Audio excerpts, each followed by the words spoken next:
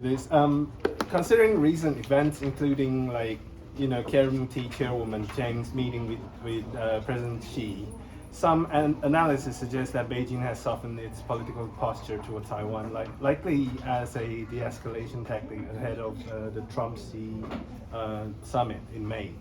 But however, on the military front, do you actually see signs of strategic restraint, or are we witnessing an increasingly present normalization of Chinese ICAD activities? Well, I think right now, I think that the United States is in a good position here. I think that given the events in Europe and in the Middle East, that there's no one should question the reach and the lethality of the U.S. military, and I think that has been demonstrated here in the last number of months, going all the way back to the first operation in Iran to go after the nuclear facilities, Operation Midnight Hammer. And then, of course, I think what the Taiwan military is doing and the support that it's getting from its civilian leadership to be able to improve its whole of society defense. I think these are all really important steps in deterrence and being able to prevent a crisis or a war from breaking out here.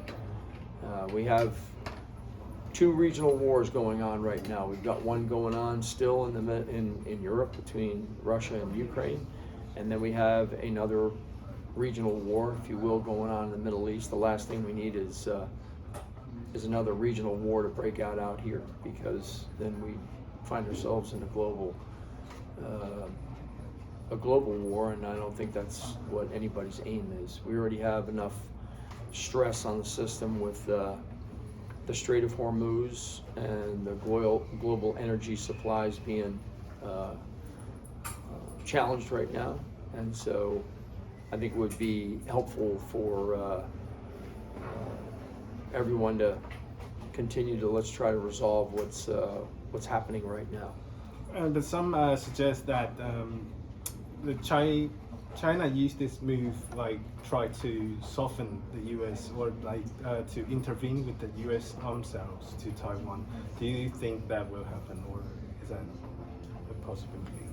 Well, I think that's between the United States and Taiwan. I don't think that has anything to do with what China is going to do. I think this is more about the conversations that are going on between the United States and Taiwan. We've had a long-standing relationship and have sold equipment to Taiwan for decades, and so I think that will continue. And I don't think that China has any say in the relationship between the United States and Taiwan, particularly when it comes to military hardware, software, and capabilities that we know work. Thank you, John. Okay. He served as the commanding general of U.S. Army Pacific Command from 2021 to 2024. How do you assess China's military expansion during this period? And how has the United States responded to the growth of China's military capabilities? Well, I've said this before. I think their expansion during really more than the last decade has been alarming. I think the combination of the growth of their capabilities, their modernization efforts that kind of caught up with that growth, and then tie that together with the training changes that they made within their own forces. All of that began to come together in the 2015 time period, 2014, 15, 16. It's now 10 years later, and that trajectory that they have been on is very dangerous. And so I think that, and then if you look at the way that they have conducted themselves in and around Taiwan, in and around the South China Sea, against the Philippines, against Japan, against the United States. I don't think that type of behavior is what the region needs or what the globe needs. I've described the path that they have been on as incremental. It's been going on for a long time. I would argue more than 2 decades. It's been insidious because their actions are not one that is from a country that behaves responsibly. And I think the Communist Chinese Party would do better to not have that insidious coercion that is permeated throughout really the globe, but certainly in the region. And then the third one is irresponsible. Their behavior, particularly with their military, has been irresponsible. But I would also say that its actions to tip the scales in their favor through the coercion and lawfare and information warfare that they have been conducting is, again, that's all additive to the dangerous trajectory that they've been on. Just to quickly follow up on that, what's your message to the Taiwanese people who say, oh, we don't need to spend so much money on arming ourselves? Just don't provoke China because they haven't attacked us for more than 70 years. Just stop spending so much money on body weapons. What would you say? Well, I guess what I would say is if you look at what's happening in the world today, there is evil in the world. And evil cannot be appeased. Evil has to be defeated. And so I guess what I would express is that being able to defend your people, your safety, your security, your territorial integrity, and your national sovereignty, that is a first principle responsibility of the people of Taiwan. There's a responsibility for the political leadership, there's a responsibility for the military leadership, and there's a responsibility for the civilian citizenship, if you will, of Taiwan. And so the responsibility is really one that each citizen of Taiwan should think carefully about, because as you can see from global events, there are evil people and there are evil regimes, and they often tend to do harm to those that don't defend themselves. And so my thought would be that it would be better to be prepared than unprepared when evil comes knocking. How should the Democratic Alliance cooperate in the first island chain, and what roles should each party play in order to curb the evil side expansion? Well, I mean, I think a forum like this here is a really important symbol. You know, you have one of the things that was really interesting for me was you had senior diplomats, retired generals and admirals from Korea, Japan, Taiwan, and the United States. And so I think events like this to bring together creative and innovative ideas on how to overcome some of the challenges that each of us has, particularly in the first island chain. Some of the ideas that are coming from this, like exercising together both, you know, here in Taiwan, but then taking Taiwan forces and doing things elsewhere. I mean, I think we're getting to the point where we have to not only protect our relationships and protect our alliances with one another, we also have to be able to project them. And what I mean by that is project them in a way that is responsible and that is cooperative, and that there's a degree of unity and collective commitment on looking after yourself, but also looking after your neighbors. And I think that the demonstration of the countries here today doing this, what they can then do is return home and talk to our active military, our retired military, our political leadership, our diplomatic corps, and share some of the ideas that we shared at an event like this here this weekend. And so I think that's really a valuable aspect of creating opportunities for our countries to train together and to improve our interoperability. And one last question. Do you think the Trump and Xi meeting scheduled for mid-May would change the existing relationship status between U.S., China, and Taiwan? Well, I mean, I'm not going to sit here and speculate on whether I think it will change. What I will say is that, and I've said this for years, when countries aren't talking, they tend to fight. And I think that if you're talking, you're not fighting. And so I think it's important for the presidents of China and the United States to talk. Look, this century, I've said this publicly for years now, is going to be defined by the relationship between the United States and China.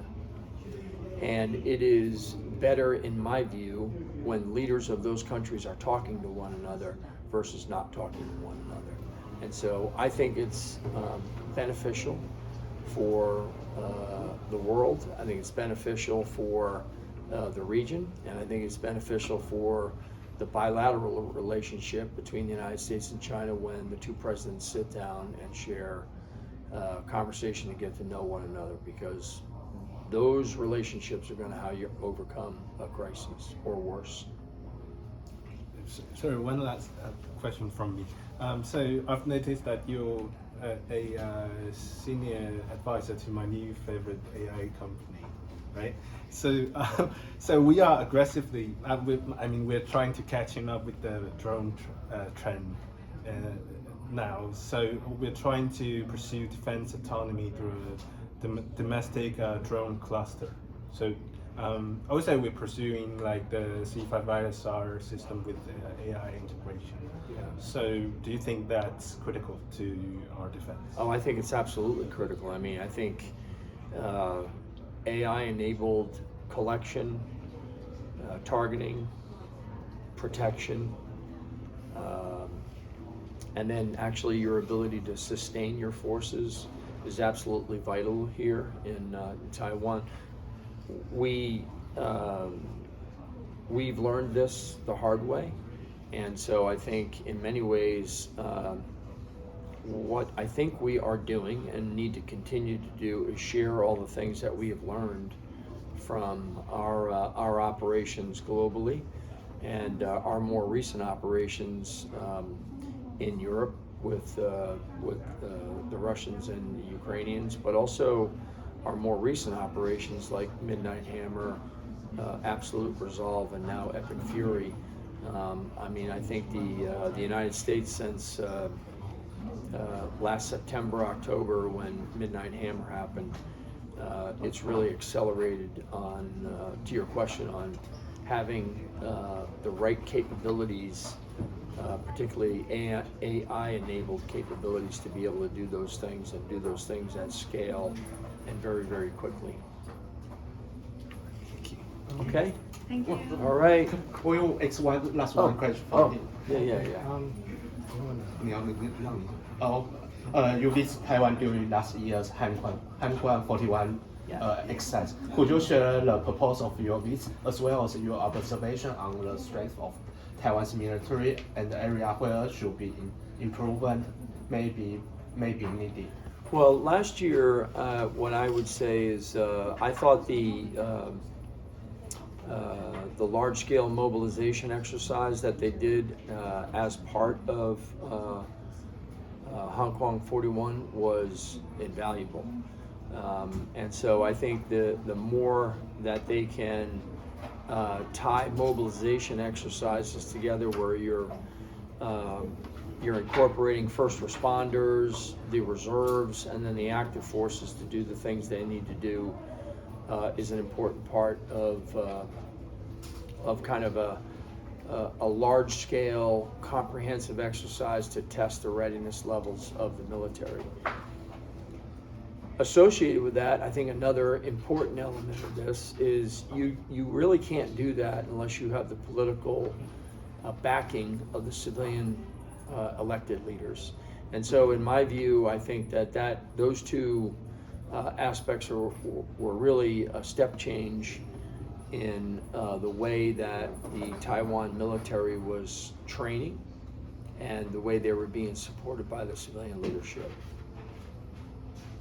To the second question, how can they improve?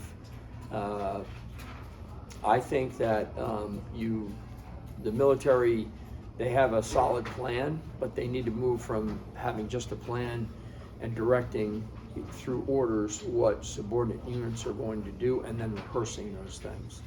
I just don't think that they can rehearse enough what they're doing, because it's going to take an extraordinary amount of timing, sequencing, synchronization, and coordination to actually do what's going to be asked of them. And they don't want to be figuring out those challenges when there's a crisis. They need to practice it every day in order to get better at it. I think that the United States military has demonstrated here recently, it really is an extraordinary joint force, and it also has, no one should ever question the reach and lethality of the U.S. military, because if you do it at your peril. And so if we can be a gold standard for, say, the Taiwan military to keep, working to get better every day, I think that's a really important thing. You can't rest on your laurels, and you can't think you've arrived. You've got to keep working at it every single day.